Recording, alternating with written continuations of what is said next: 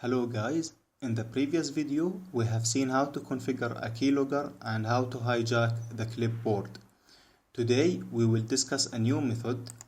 Now as you may already know, all the browsers offer to save the username and the password when you submit these data into a login page. So on the next time you visit the same login page, you will see that your username and password are automatically filled in, without typing a single letter. Also, there is a dedicated third-party software like LastPass that can do the same job for you. The point here, if the target was using this method for the login, then neither the keylogger nor the clipboard methods will work in this case.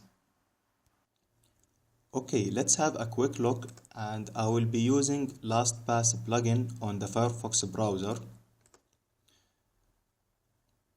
So let me open the browser here. And it's crashing, so let me close this one and create a new one. Okay.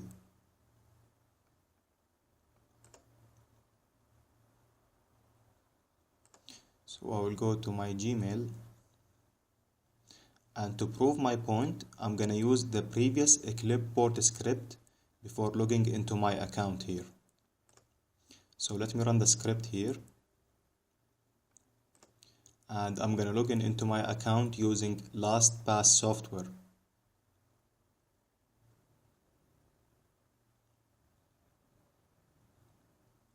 Notice that LastPass has inserted my email and password automatically. So this is the password here, has been filled automatically, and you can see that on the left side that the clipboard script could not catch anything here. So I have logged in successfully, and still on the clipboard we got nothing. Okay, so let me log out from my account and go back to our presentation here. Okay, so in response to this, the hackers have created a new attack called Man in the Browser attack to overcome this dilemma here. In a nutshell, Man in the Browser attack intercepts the browser process API calls and extract the data while it's in clear text before it's getting out to the network socket where the SSL encryption happened.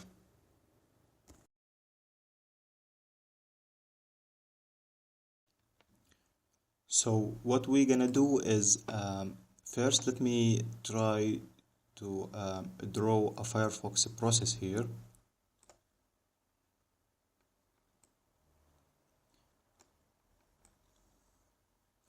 Okay, so this is our process here.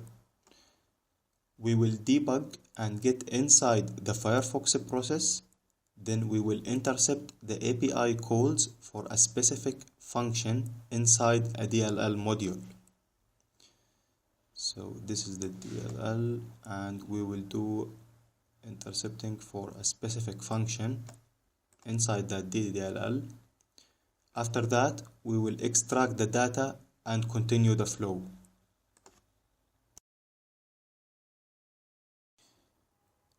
So in summary, the steps for doing so are the following.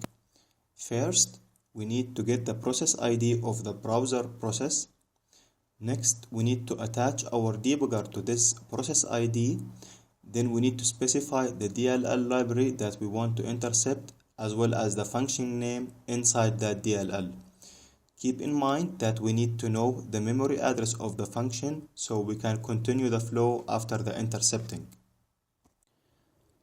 Next, we set a breakpoint and register a callback function. Now, in the callback function, we will print out the sensitive data from the memory in a clear text. After that, we will wait for the debug event using the debug loop. Once the debug event happens, we will execute the callback function. After executing the callback function, we will return to the original process. which means here to continue the normal flow.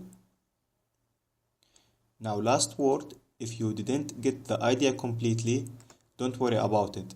In the next two videos, we will see these steps in action.